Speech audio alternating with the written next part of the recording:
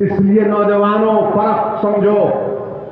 ये गोडसे के जानशीन जो आज हमारे सामने हैं, इनको पहचानो, जो नफरत पैदा करना चाहते हैं हमारे भारत में।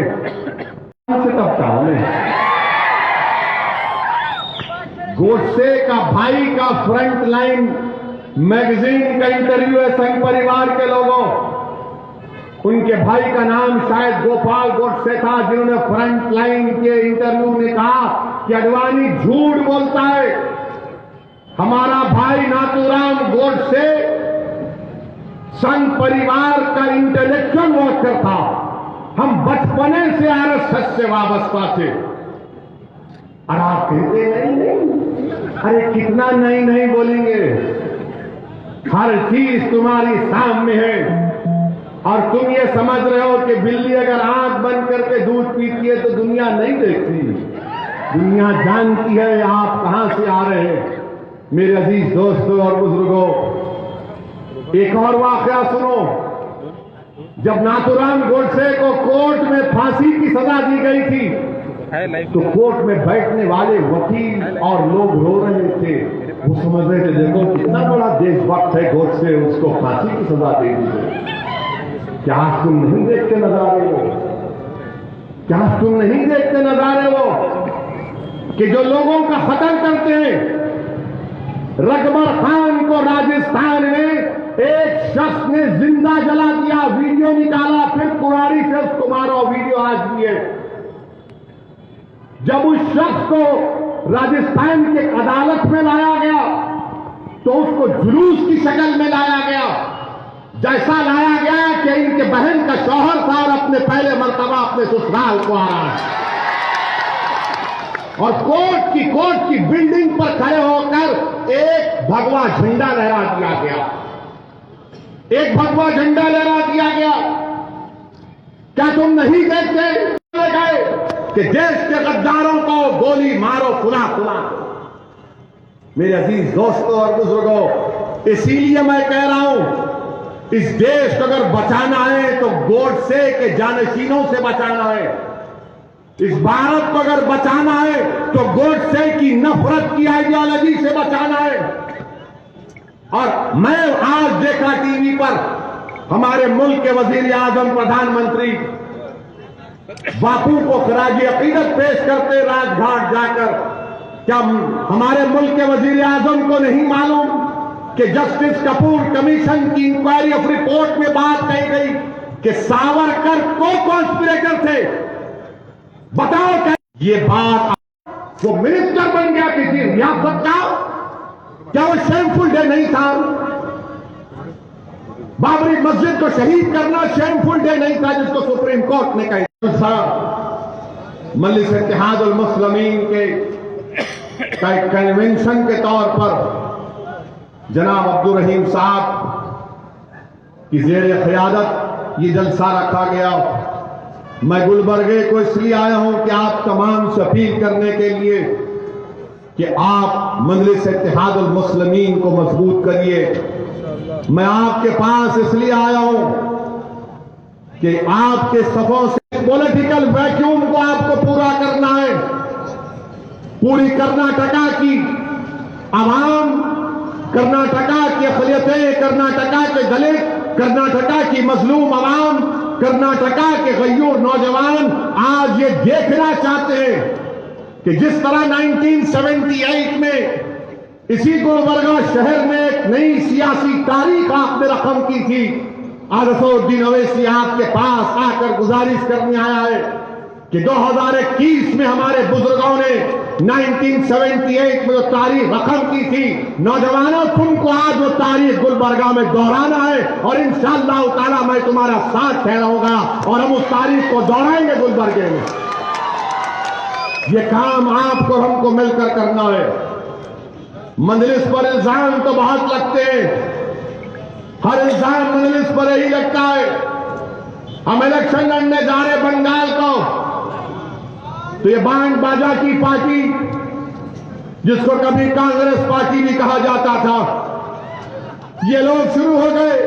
देखो बी टीम आ गई।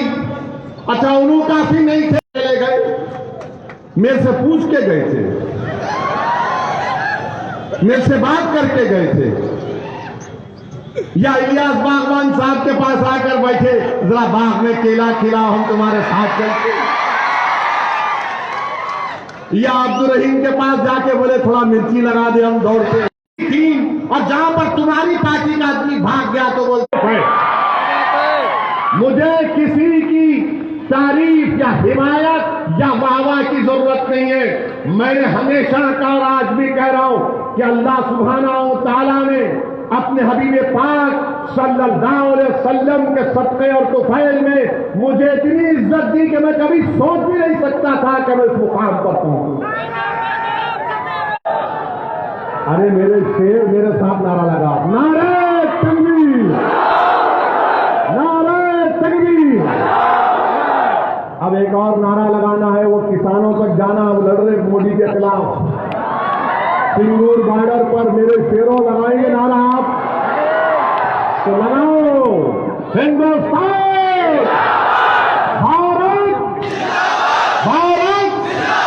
बड़ा जोर से पुकारो, ऐसा नहीं होता अभी से तुम हाँ हाँ कर रहे, हाँ करेगा पूरी ताकत के साथ पूरा हिल जाना। भारत भारत का किसान, भारत का किसान, भारत का किसान। आप ये मजा नहीं आता कांग्रेस दूसरी पार्टियों में, अपने पास ही चलता ये मिर्ची है मैंने आप पर। मजलिस से मुखालिफत, हम बिहार में इलेक्शन लड़े, बिहार में इलेक्शन 20 सीट पर लड़े, 20 सीट पर हम इलेक्शन लड़े। अच्छा पहले बिहार से पहले कर्नाटका मेला मैं नहीं आता। बोले क्यों नहीं आते? मेला मैं डाइस पे नहीं खड़ा रहता, एक से एक हमा किस्म के लोग बैठे, मैं नहीं आ सकता। और आप बहुत बड़ी गलती कर रहे कुमारास्वामी कांग्रेस के साथ जाकर, आप पछताएंगे, याद रखना। गए मगर आप देखें तो क्या है, कुमारास्वामी भी बीजेपी के साथ हाथ में हाथ पकड़ के रोमांस कर रहे। चेयरमैन हमारे को दे दो तुम वाइस चेयरमैन। ये कैसा मोहब्बत है तुम लोगों को? एक पे रहना ना, वो भी नहीं। अब चेयरमैन का इलेक्शन है, हमारे को चेयरमैन दे दो, हमारे को वो दे दो। अरे गारत का घड़ा भरता नहीं तुम लोगों का, जो भी हमारे को लाओ लाओ लाओ लाओ लाओ, जो भी है खींच लो। मेरे अजीज दोस्तों और बुजुर्गों, बिहार में 20 सीट पर हम लड़े, 5 पे अल्हम्दुलिल्लाह अल्लाह ने कामयाबी दी। अब बचे जो 15 सीट है, 9 सीट पर आरजेडी, कांग्रेस, सीपीआई, सीपीएम, सीपीएमएलए बनके महागठबंधन बनाए। 9 पे वो जीत के हमारे खिलाफ, 6 पे नीतीश कुमार और बीजेपी जीती। अच्छा वो 9 जो जीते, जहां पर हमारे 9 कैंडिडेट थे, उनकी मेजॉरिटी हमारे को वोट मिले उससे बढ़ के मिले। जो 6 एनडीए जीती, क्या क्या तुमने बताओ? आज बिहार की सरजमीन पर, सीमांचल की सरजमीन पर, सीमांचल की जनता ने मजलिस-ए-इत्तेहादुल मुस्लिमीन को कामयाब किया। और वहां की खास तौर से खवातीन से जब जाकर मीडिया के लोग पूछते थे अब की बार किसको वोट देंगे, वो गोल टोपी वाले को दे रहे। मेरे को जब मालूम हुआ, मैंने गोल टोपी तो सबकी गोल रहती, ये बोले नहीं वो गोल टोपी वाला। तो मीडिया के लोगों ने बोले क्यों देंगे? तो हमारी मां और बहन ने कहा कि उसको सत्ता से मोहब्बत नहीं। ये बात बिल्कुल सही है। हमको इख्तिदार की कुर्सियों पर बैठना हमारा मकसद नहीं है। हमारा मकसद यही है कि दलित मुसलमान से इंसाफ हो। मुझे कोई मिनिस्टर बन कहेंगे सदुद्दीन ओवैसी तुम हमको सपने दिखा रहे हो, तुम हमको ख्वाब दिखा रहे हो। मैं तुमसे कह रहा हूं कि अभी भी देखना शुरू करो। इंशाअल्लाह ताला हम मेहनत करेंगे, जुस्तजू करेंगे, कुर्बानियां देंगे, लड़ेंगे, जेल को जाएंगे, हुकूमतों से टकराएंगे, मगर ये वक्त हमारे ख्वाबों को पूरा करने का है। अगर आज नहीं करेंगे तो आने वाली नस्ल हमसे कहेगी कि अब्बा जब तुम 30-35 साल के थे लेते, अगर तुम थोड़ा सा मजलिस का परचम उठा लेते तो वही परेशानी का मुझे सामना नहीं करना पड़ता अब्बा जो तुमने अपनी जवानी में तकालीफ उठाई। तो आने वाली नस्ल के लिए हमको अपनी सियासी जदोजहद करना है, अपने आने वाली नस्लों के लिए, उनके रोशन मुस्तकबिल के लिए। और भारत की तल हकीकत याद रखो नौजवानों, इस मुल्क की तल हकीकत यह है कि जिसके पास आवाज है, जिसके पास उसके नुमाइंदे हैं, उसी की बात को सुना जाता है। जिसके पास कोई नहीं है उसको कोई नहीं सुनता। इसीलिए मेरे अजीज दोस्तों और बुजुर्गों, मुत्तहिदा तौर पर अपने एक एकॉर्ड का इस्तेमाल करिए। कांग्रेस पार्टी अब में दम खम नहीं है, मैं बार बार कह रहा हूं, इनसे नहीं हो पाएगा, इनसे नहीं हो पाएगा। इनको बड़ी तकलीफ जरूर होगी कि ये गुलबर्गा में आकर, कर्नाटका में आकर, मुल्क मुल्क में जाकर हमारे बारे में ऐसी बात कर रहा है। अरे हकीकत यही है। अगर आज मुल्क में यूएपीए का कानून में मासूम लोग जेलों में सड़ रहे हैं, 80 साल के बूढ़े को ऐनक नहीं दी जाती, पीने के लिए स्ट्रॉ नहीं दिया जाता, यूएपीए को और मजबूत किया। फिर अमित शाह ने कानून लाया 2019 में, यही कांग्रेस ने लोकसभा राज्यसभा में उस कानून की तारीफ की। आज आकर आप हमसे पूछते हैं कि बताओ ये क्या हो रहा है, तुम क्यों लड़ रहे हो? याद रखो, मैं जब तक अल्लाह मुझे जिंदा रखेगा इंशाअल्लाह ताला मैं लड़ता रहूंगा। और एक बात याद रखो आप कि कभी हारने से डरना नहीं, कभी हारने से नहीं डरना। आज हारे कल जीतेंगे इंशाअल्लाह। जिस दिन तुम ये हार का खौफ अपने दिलों से निकाल दोगे, हार का खौफ अपने दिलों से निकालो, जीत की उम्मीद रखो और जुस्तजू करो, मेहनत करो, तुम देखोगे कि तुम्हारे सामने जो पत्थर पहाड़ आएंगे वो हट जाएंगे। आपको मालूम मोहम्मद अली क्ले कौन था? मोहम्मद अली बॉक्सर, जानते हैं ना? जानते नहीं जानते मोहम्मद अली? मोहम्मद अली बॉक्सर ने क्या कहा था? जो जूता पैर में पहनते उसमें अगर कंकर आ जाए तो बहुत तकलीफ देगा। आप अपनी ताकत जो सिर्फ अपनी जात को मजबूत करने के लिए हमारे जूतों में एक कंकर का काम करते हैं, अपनी काटना ही नहीं।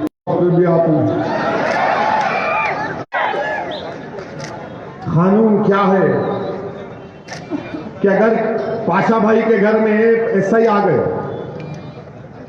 पुलिस स्टेशन के घर में पाशा भाई के पुलिस वाले आके बोले तुम्हारे पास 2 भैंसा खड़े हुए पाशा भाई, तो बोले हाँ दूध देते। नहीं तुम काट रहे हो उसको मैं लिख जा रहा हूं, मैंने कानून में लिखे हूं।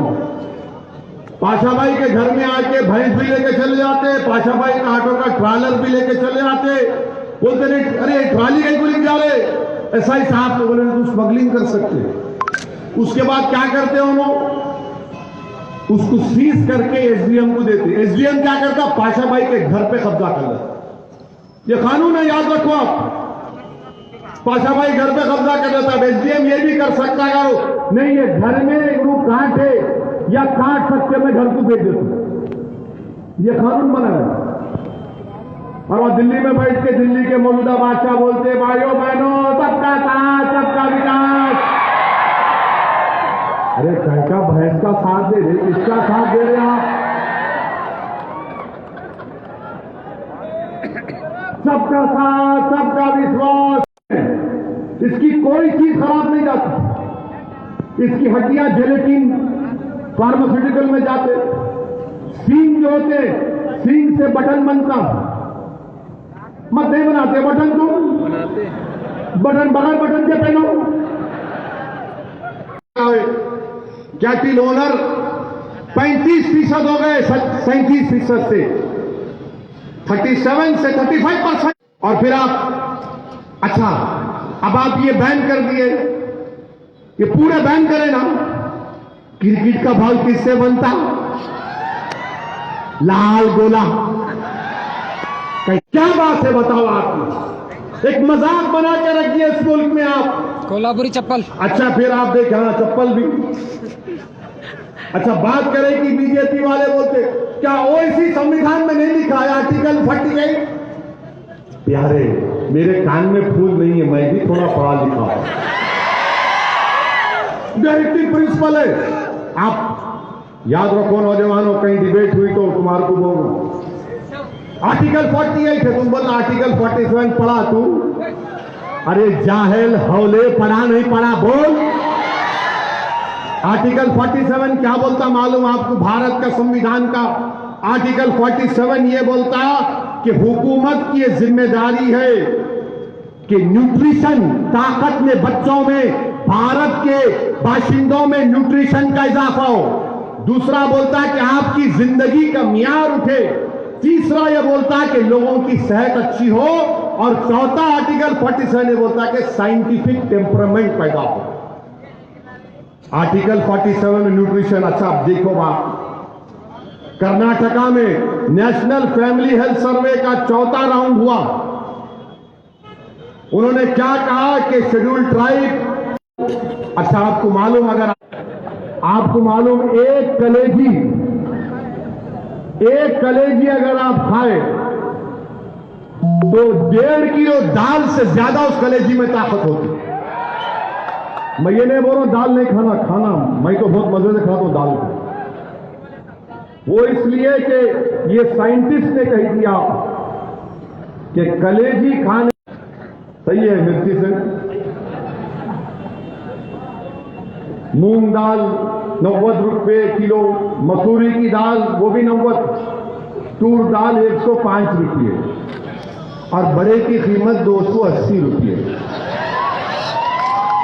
280 कलेजी ला के पका के खा तो गरीब टन टनाटन दौड़ता उन्हें। गरीब का फायदा होना ना, गरीब 5 करोड़ लोग बीफ और बफलो खाते, पूरे गरीब आए, दलित, शेड्यूल ट्राइब, शेड्यूल कास्ट, मुसलमान, पूरे गरीब आए। कोई बकरे का गोश्त नहीं खा सकता। अपने बच्चों को ताकत दिला, जो लेबर काम करता, एक टाइम का खाना खाता। आप भूखा रख रहे पूरे देश में, पूरा देश गरीबों से भूखा है। आप बोलते मैं डाला ना पैसे, अरे कहां डाले भाई? मेरे अजीज दोस्तों और बुजुर्गों, अच्छा ये लोग बार बार बोलते नहीं ये खाली ओवैसी बोलता है, बड़ा बड़ा Kalyani biryani. Indus valley civilisation 5000 साल पुराना सिविलाइजेशन, वहां जाकर वहां के एक्सपर्ट्स आसारे कदीमा के खोद के निकाले तो किसकी हड्डियां निकले मालूम? बड़े के। 5000 साल पुराना इंडस वैली सिविलाइजेशन। और आप बोलते नहीं करना। हम चीफ मिनिस्टर से इतना बोल रहे कि आप लाखों लोगों को बेरोजगार कर देंगे, और जब गरीब बेरोजगार हो जाएगा, उसके पास काम नहीं होगा, तो वे गरीब क्या करेगा बताओ? जब जानवर नहीं कटेगा, खेतों में जाएगा, किसानों की फसल को खा लेगा। आप खरीदो ना भाई, फिर आप वो भी नहीं ना, कानून शौक है उसमें झांकने का। हर बुट्टी में झांकते, मुंडी घुसाते अपनी, क्या है इसमें क्या है, इसमें क्या है। अरे कहीं को मुंडी घुसाते उसमें। मैं घर में या चले गई, ये मीडिया के लोगों को पूछो आप, मेरे जाने के बाद, मार्च के बाद इनकी नौकरियां भी नहीं रहेंगी, याद रखो आप। देखो मुंडियां हिला रहे, यूं कर रहे, उनको मालूम मार्च के बाद कोई नौकरियां नहीं रहेंगी मीडिया की, इनकी भी नौकरी जाने वाली है। मगर मोदी जी क्या बोलेंगे? गोश्त मत खाओ मित्रों, नारा लगाओ, नफरत फैलाओ। क्या हो रहा है ये? मुल्क कहां किस रास्ते पर जा रहा है? और फिर उत्तर प्रदेश में तो एक नया कानून बना दिया उन्होंने। टाइम है ना, 15 मिनट है, उत्तर ये खत्म कर दो तुम। नहीं तो योगी आदित्यनाथ बोलेंगे मेरे पे नहीं बोले। बोलेंगे 50 सब पे बोलेंगे, हम नहीं बोले तो कौन बोलता ही नहीं आजकल। अब आप पेट पकड़ के सीधे देखो अभी बात में। अच्छा, कानून कैसा कानून है सुनो आप। कानून ये बोल रहा है कि अगर इज्तिमाई तौर पर कोई अपना मजहब तब्दील कर लिए तो उस पर यह कानून लागू होगा, पकड़े जाएंगे। अच्छा, इज्तिमाई माने कम से कम 30-40 तो होना नहीं, ओनली 2 है तो भी कानून लागू होगा। 2 भी कबूल करे तो मास कन्वर्शन। अरे पाशा, तेरे को अंग्रेजी कौन सिखाए कानून बनाने वाले के लिए? 2 लोगों का मास कन्वर्शन होता, 2 लोगों की शादी होती। अच्छा, फिर इनका सेक्शन 2(1) क्या बोल रहा हूं? अगर मैं आज तकरीर करा इस्लाम के बारे में और इसमें से कोई शख्स बोला कि भाई तुमने इस्लाम को बेहतरीन तरीके से बताया, मैं अशहदु अन ला इलाहा इल्लल्लाह व अशहदु अन्ना मुहम्मद रसूलुल्लाह पढ़ता हूं, वो कानून क्या बोला? नहीं, इनकी यूं करे, इन पर भी केस बुक करो। नहीं, कन्वर्टर कहते, मैं कन्वर्टर, मेरी बात सुन के अगर कोई दीन कबूल कर लिया उस पर भी केस लगाएंगे। और फिर आप क्या बोल रहे हो उस कानून में क्या बोल रहे कि एडिंग एबेटिंग का सेक्शन 2(1) और उसके बाद, अच्छा इसमें हैरत अंगेज बात देखो आप, सेक्शन 4 में अगर एक मियां बीवी किसी बच्चे को गोद ले लिए, बच्चा जाके कंप्लेन दे सकता मेरे अम्मा अब्बा मजहब तब्दील कर लिए, केस बुक करो।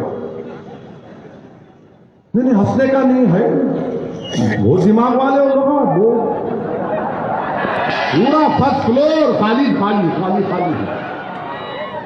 और फिर ये भी बोलते कि रोड चलता आदमी जाके कंप्लेन कर सकता, मैं बदल दिए मजहब ही हूं। कैसा मालूम तेरे को? मैं रोड चल रहा था, देखा नहीं, केस बुक कर दो इसको। वो कानून में डाल दिए। सेक्शन बोल रहा हूं आपको 8(3), और 8(3) में क्या है? अगर कोई अपना मजहब तब्दील करना चाह रहा है तो उसको जाके डिस्ट्रिक्ट मजिस्ट्रेट को लेटर लिख के देना, साहब मैं तंग आ गया अपने पुराने मजहब से, नया मजहब बदलना चाह रहा हूं। तो डिस्ट्रिक्ट मजिस्ट्रेट बोलते लिख के दे, 2 महीने के बाद आ, 2 महीने के बाद आ, मैं इंक्वायरी करूंगा। सेक्शन 8 सबसेक्शन 3 सबसेक्शन 9 सेक्शन 4, ये क्या है बताइए आप? कौन सा कानून है ये? मैं अपने मजहब पर चलूं, मैं एक अल्लाह को मानूं, मैं हजारों खुदाओं को मानूं, मैं किसी खुदा को ना मानूं। अब आप देखो, आप इसमें 86 लोगों पे केस बुक हुआ, जिसमें सबसेक्शन 1 क्लियरली बोलता अगर कोई कानून नहीं है तो उस पर केस नहीं बुक हो सकता, मगर इसको बच्चे को जेल में डाल दिया और उसको जेल में रहना पड़ा। और फिर आप हैरत की बात देखेंगे, हैरत की बात क्या, अपना मजहब तब्दील करके शादी करते हैं तो पुलिस उनको प्रोटेक्शन दी।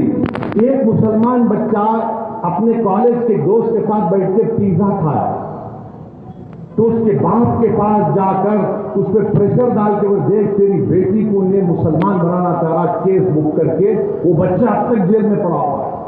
उसका जुर्म क्या? खाली पिज्जा खाया उन्होंने। उसका बाप बोल रहा कि मेरे को पुलिस वाले मजबूर करे केस बुक करने के लिए। ये इनका कानून है मेरे अजीज दोस्तों और बुजुर्गों।